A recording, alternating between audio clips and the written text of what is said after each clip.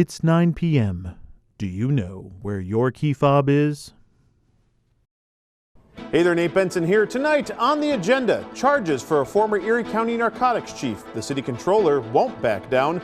Budget palooza for the city and school district, and a wooden bridge. On the agenda starts right now.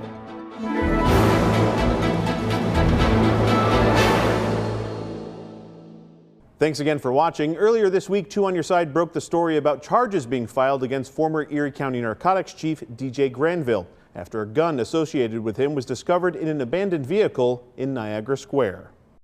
Here's what we know based on a police report obtained by Two on Your Side. Tuesday night around 9 p.m., Buffalo police responded to a suspicious vehicle that was left abandoned in Niagara Square. This is video from around 2 a.m. Wednesday morning. Officers noticed a damaged 2022 Tesla T3 that suggests the vehicle was involved in some sort of property damage-only crash. Upon searching the vehicle, police discovered a black bag in the front trunk. In that bag, a Glock 43 loaded with a full magazine and a round in the chamber. Other items were discovered, including medication, a cell phone, walkie-talkie, badge, and more. Police sources told Two on Your Side Wednesday that the items belonged to former Erie County narcotics chief DJ Granville. Sources also say that Granville was not driving the vehicle, nor was he at the scene when the vehicle was abandoned. Wednesday night, Granville was formally charged with first-degree failure to safely store firearms, a misdemeanor.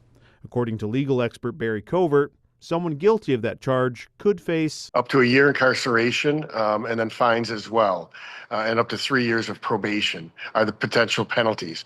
But obviously they have to prove that whoever was in control of the pistol was the one who left it there unsecured.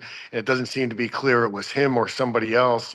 And obviously that charges would have to be proven beyond a reasonable doubt, and the presumption of innocence would attach to him or whoever was in control of the pistol.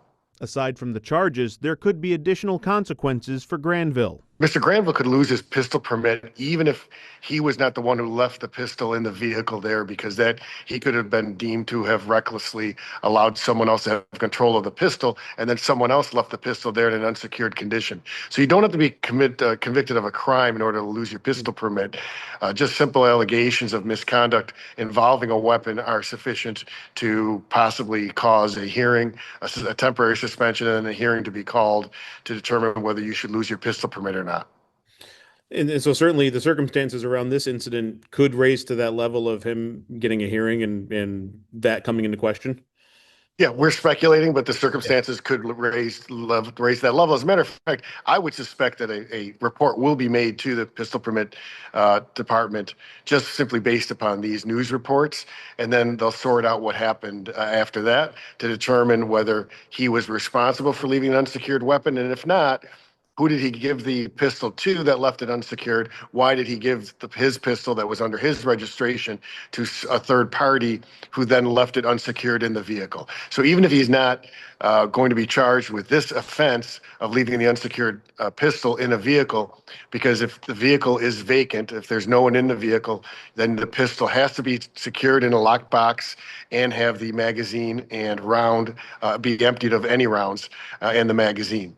But even if he did not leave it there in the vehicle unsecured, but he gave the pistol to a third party, did that third party have a pistol permit? Even if they did, presumably that weapon was not on their permit. Why was he allowing somebody who did not have that weapon registered to them access to his weapon that was on his permit? They're very strong liability for responsibility for your weapons in New York State for pistols. And you cannot just give other people your pistol, and anybody else who would have his pistol, if that pistol was not also jointly on their permit, would be illegally in possession of a pistol. The Tesla in question is registered to Buffalo Biodiesel. The company tells Two on Your Side in part, quote, "This vehicle was driven by an employee who was off duty. We can confirm that DJ Granville was not the operator or passenger of the vehicle at the time this incident occurred.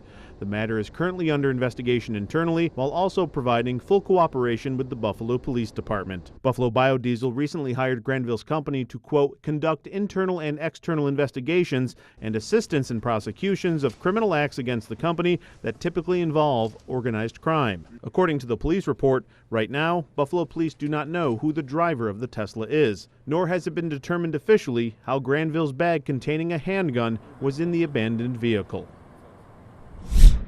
The saga of city controller appealing court decisions that would compel her to go to the bond market for the 2025 capital budget will apparently continue.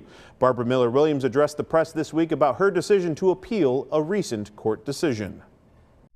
City Controller Barbara Miller-Williams addressed the media Tuesday, saying that she will appeal that 4th Department decision last month that agreed with the lower courts, saying that the controller must go to the bond market for the 2025 capital budget. Her reason? This appeal is about more than a legal question. It is about reaffirming the role of the controller.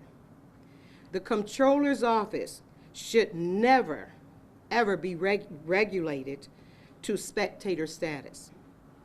As controller, it is my responsibility to provide oversight, accountability, and sound financial judgment on behalf of all citizens and taxpayers.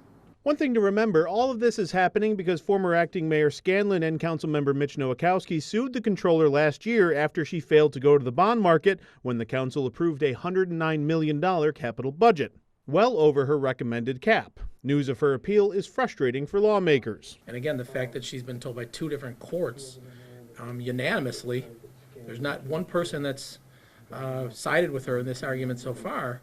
It's absurd at this point. When and how did all this start to break down? You know, because we've been telling this story for a year now. You know, at what point, you know, as you were the acting mayor, like when did all this just to start to fall apart? You know, shortly after we proposed it and the council was reviewing it, we started to hear things from the controller's office. Then I would tell you, we sat down, we had a meeting in the mayor's conference room, and the controller and the manner in which she approached that meeting and kind of laid down the law saying it's her way or the highway is when things really kind of broke down. There was myself, representatives within my administration, representatives from the Buffalo Public Schools, trying to have a productive conversation, which at the end of the day was not very productive. The controller very clearly stated she was shutting anything down over $28 million, and at that point was when we started talking about, well, this is a unique opportunity we have to do things differently, to change the trajectory of how our neighborhoods and our buildings and all of our assets are kept up upon and improved upon. And at that point, looking through the charter some more, it was very evident that the controller did not have that authority, and unfortunately felt the need to file suit against her. And I've said this all along. I've said to you countless times that it's not the route I wanted to go. I didn't think it did anyone any good. I didn't think it did the city of Buffalo any good. It certainly isn't a good look for the city of Buffalo, and it costs taxpayers money on the legal side. And the controller rejects the notion that she's being an obstructionist. I'm not digging in my heels. I am protecting the taxpayers and citizens, their financial well-being. But the financial impact of this stalemate is being felt by taxpayers and with city projects. The controller maintains that her refusal to go to the bond market over the recommended cap last year Saved approximately $6 to $7 million by not increasing debt. The money that I would have went out to borrow would have more than likely sat on the shelf. However, shovel-ready projects like the one on Main Street that broke ground on Monday could not start because the city needed capital funds to kick it off. That project specifically will now cost at least $16 million more than it would have if it started last summer. That's according to DPW Commissioner Nolan Skipper. What do you say to city taxpayers who now have to pay 25% more to get Main Street paved? I say to them, 25% more on the project versus approximately $7 million in savings, you do the math. Yes, we know everything is going up. When you say, what do you mean by that? Because I didn't go to the market, that was like almost $7 million that debt that we did not incur. So you can look at $7 million, or you can look at 25% of a particular project. At the time of my questioning, the city controller did not know that the Main Street project totaled $16 million in additional costs because of the bond delay. Now, the project that you're referring to was a project under the Brown administration that we had already went to the market for anyway. That's not a brand new project that happened yesterday. That's an old project has finally gotten out the door. So you're saying City Hall, the mayor's office, who just confirmed with me that because of this issue holding it up, they're either lying or wrong? I did not say that. Well, I agree they're saying it's with you. 25% more. So I agree with you. If that's the stats that they're putting out, I am not disagreeing with you. I am saying to you, if it's 25% more, that's what's happening in today's world. I don't know the dollar amount of what that 25% is. I have no idea. But I would surmise that it's not greater than almost $7 million. Based on the increased cost of the Main Street project, $16 million is in fact greater than $7 million. Coming up, school budgets and city budgets. But first, a look at the weekend weather.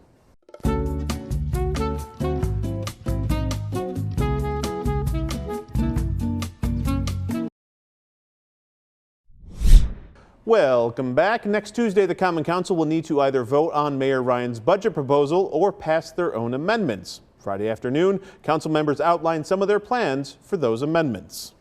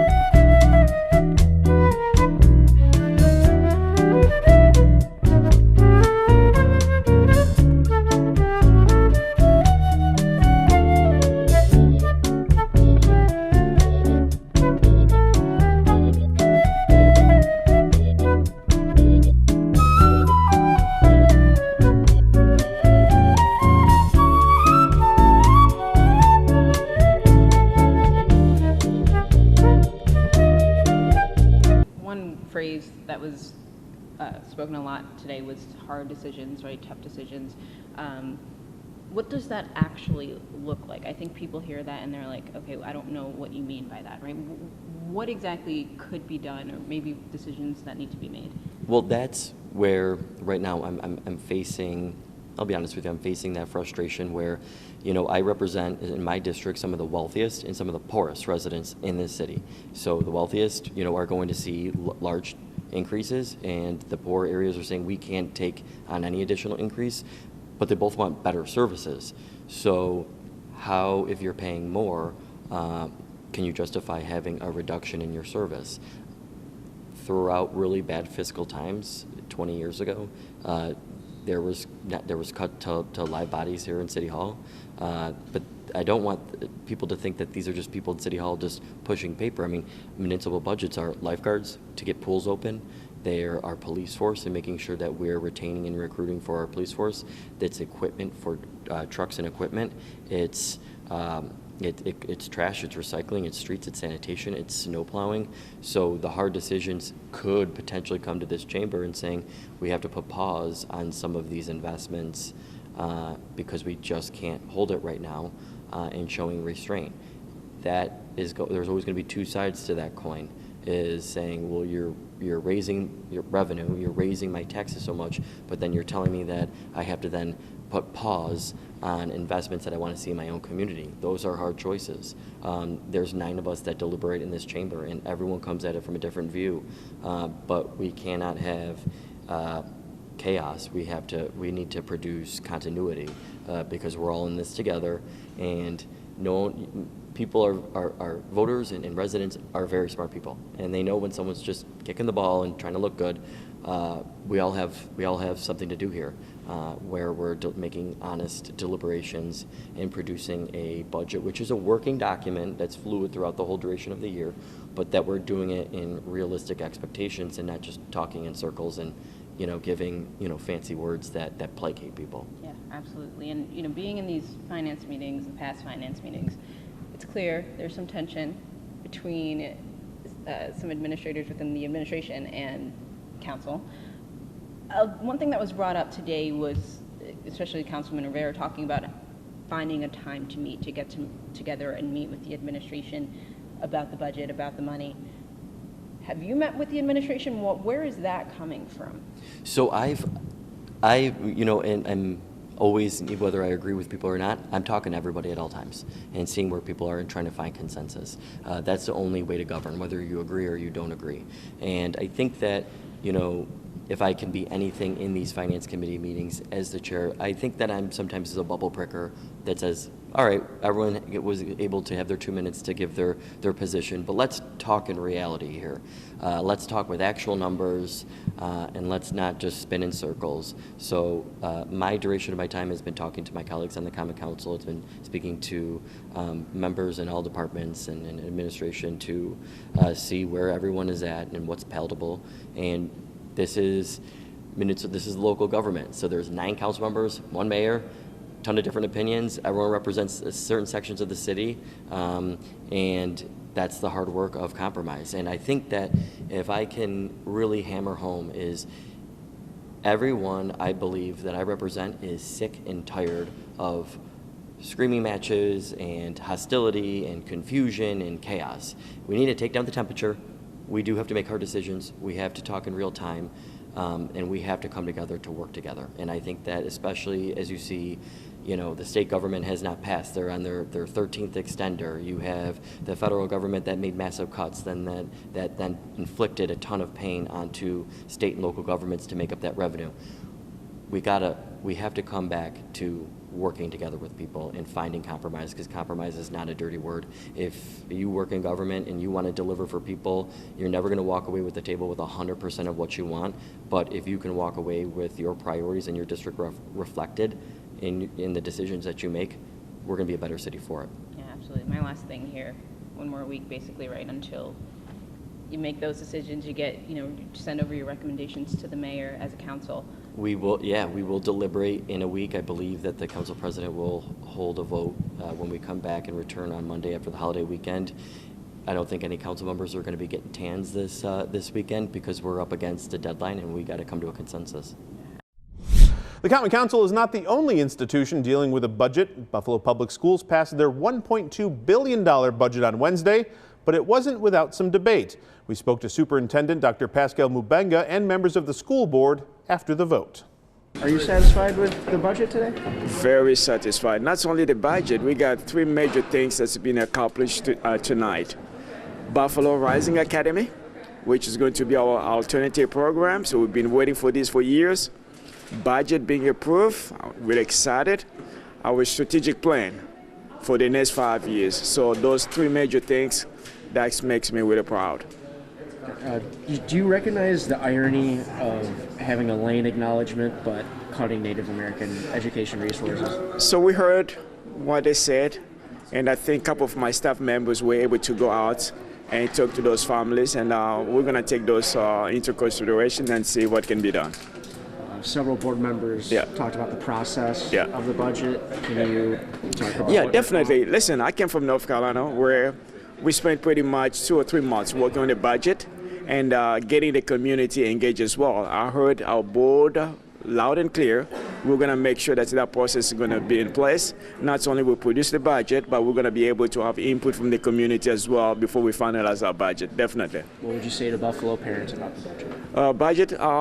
They should be pleased, because this budget really aligned with our strategic plan, and I'm really excited about the work that we're going to do. It's not going to be easy, but we have a lot of work to do. Are you satisfied with the budget tonight? Yes, I'm satisfied with the budget. I think that Dr. Mubenga and the BPS team did an outstanding job on, this is just a real good start on getting the district back where it needs to be. So this is a great budget. Was there a breakdown during budget talks with the superintendent? In reference to? Well, just complications, I guess, during the process. Well, there's always going to be some complications. There's still some issues concerning CLRI, but, Dr. Mubenga and his team is going to, make sure that they get some of those things corrected. Does this budget do enough to fix the financial woes of the district? I think Jim Barnes has did an exceptional job. Him and his department has did an excellent job on, putting a plan together that's going to get us back, in good standing. Did you have a main issue that you were trying to get out tonight about the budget?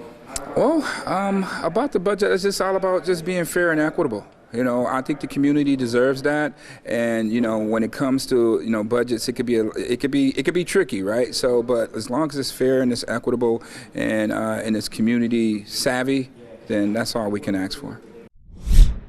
Next on the agenda, a bridge over Wyoming County water.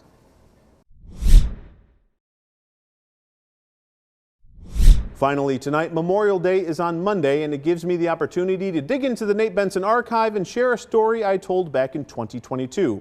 It's the story of a local soldier lost in action and a wooden bridge. Amongst the hills in Wyoming County sits the Colesville Cemetery, surrounded by trees over a century old and songbirds as fresh as spring. The final resting place for Sergeant Charles R. Cannon. Lost in action, Germany, 1945. Upon his graduation from Attica High School, Sergeant Cannon enlisted in the Army, June of 1941. Where he was part of the 35th Engineering Corps, and they went up to Alaska and British Columbia. And they were instrumental in getting the Alcan Highway built as part of the defense against the Japanese. Once this strategic highway was complete, Cannon and the rest of the 35th Engineering Combat Battalion made their way to the front lines in Europe, often the first on the line as the Germans retreated and the Allies progressed. According to a newspaper clipping, Cannon survived the collapse of the Ludendorff Bridge, March 17, 1945. He was awarded the Silver Star according to a letter he sent his parents. 6 days later, March 23rd, Operation Plunder. The 35th Battalion attempted a late-night crossing of the Rhine River. The Germans lit up the sky with lights. According to one account, Sergeant Cannon pushed his men to keep paddling, but his boat was hit by a barrage of German machine gun fire. And we're just shooting the soldiers right out of the boats. His body was never recovered.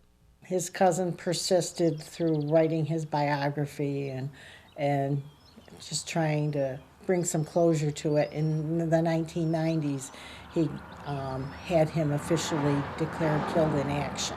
Now, some 77 years since Sergeant Cannon was lost in action, he'll be remembered with the dedication of a covered wooden bridge on Sholkoff Road in Colesville. We've had a long legacy of covered bridges in our town. We had 6 at one point, and when this bridge needed replacing, they developed several different options, and looking at them and doing a covered bridge wound up actually being economically feasible. It's easy to focus on the details of the project, federal and state funds paying for 95% of it, or that it's completely wooden, aside from some steel bolts, or that it was built with fireproofing so a fire can't destroy the bridge like the one that was burned in 1960. For Town Supervisor Ellen Grant, it's the man they're naming the bridge after that is most important. We had Sergeant Cannon kind of, I don't know, all the pieces seemed to fall into place with him being in an engineering battalion, with him growing up on the banks of Cayuga Creek. It seemed like the perfect fit.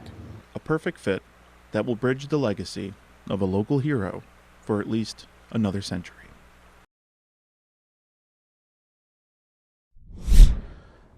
I'll be honest, that one's one of my favorites. That's going to do it for the agenda this week. Thanks again for watching. I'm Nate Benson, and we'll see you at the next one.